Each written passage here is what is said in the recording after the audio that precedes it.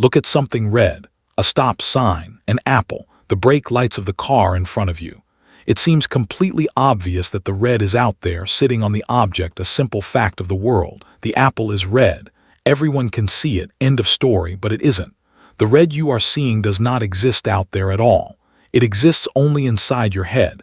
And once you understand why, you may never fully trust your own eyes again. Here is the strange truth. Out in the world there is no color. None. What actually exists is light, and light is just electromagnetic radiation, waves of energy traveling at different lengths. Some of those waves are long, some are short, but not one of them is colored. A wavelength is not red, it is not blue, it is just a measurement, a number. Color is something your brain adds afterward.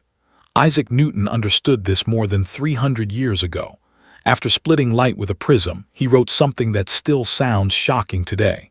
The rays, he said, are not colored. The light itself contains no color at all. It only has the power to stir up a sensation of color inside a mind that is watching. In other words, the rainbow was never out there. It was always in here. So how does your brain build color out of colorless light? At the back of your eye sit millions of tiny receptors called cones. Most people have three types. One type responds most strongly to long wavelengths, one to medium, and one to short. When light hits your eye, these three cones fire at different strengths, and your brain compares the signals. From that comparison, it manufactures an experience. It says, this combination feels like red. This one feels like turquoise. This one feels like gold. You never actually see the light. You see your brain's interpretation of the light. Color is not a property of the world. It is a kind of guess your brain makes, millions of times a second, and then paints directly onto your reality. And if that sounds hard to believe, the internet already proved it to you with a photograph of a dress. In 2015, a single image broke the world in half. Some people looked at the dress and saw blue and black. Others looked at the exact same pixels and saw white and gold. Not slightly different shades, completely different colors. People argued. People panicked. Friends thought each other were lying. But no one was lying. The image was genuinely ambiguous, and each brain was quietly making an assumption about the lighting in the room. If your brain assumed the dress was in shadow, it subtracted blue and you saw white and gold. If it assumed bright light, you saw blue and black. Same data, two different realities. The color was never in the photo. It was being generated separately inside each person who looked. Now here is where it gets stranger. Some of the colors you see do not exist anywhere on the spectrum of light at all. Take magenta, that vivid pinkish purple. If you look at a rainbow, you will never find it. Red sits at one end, violet at the other, and magenta appears nowhere in between, because there is no single wavelength that produces it. Magenta is what your brain invents when it sees red and blue at the same time, with no green in the middle. It is not a color of light. It is a color your mind made up to fill a gap.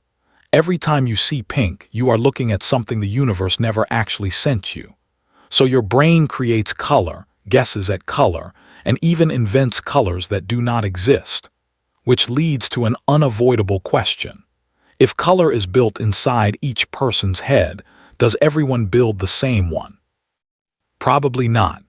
Consider that most people have three types of cones, but a small number of people, almost always women, appear to carry a fourth. The scientist Gabriel Jordan spent years searching for these rare individuals, and the evidence suggests that a true four-cone person could distinguish around 100 times more colors than the rest of us. Picture that for a moment. Standing in the same room, looking at the same wall, while another person sees dozens of distinct shades where you see only one. Colors that are, to you, completely invisible. They are not imagining them. Your eyes simply cannot build them, and it goes far beyond humans. Bees and birds can see ultraviolet, an entire band of color hidden from you your whole life.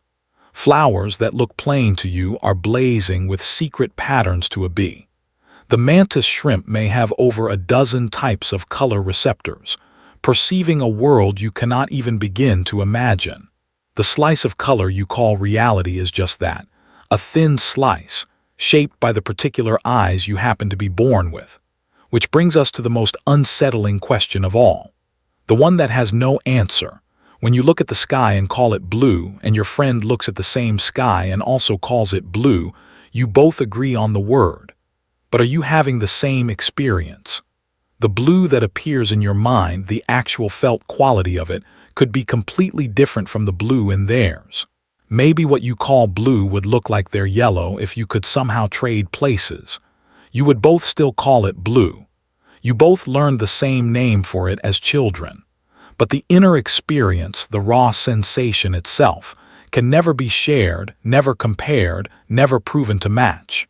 You have spent your entire life assuming everyone sees the world the way you do, but you have no way to check. Not really. The color exists only inside you and no one else can ever step inside to look. So think again about that red apple. The redness you see is not on the apple. It is not in the light. It is not a fact about the world. It is a sensation your brain conjured from colorless waves, painted onto your vision so convincingly that you spent your whole life believing it was out there. The world is not the colorful place you think it is. Out there, it is silent, dark, and colorless, just energy and particles drifting through space. All the color, all the beauty, every sunset that ever took your breath away was created inside a small, dark room behind your eyes. You are not seeing the world. You are seeing a painting your brain made of it, and you are the only one who will ever see that exact painting.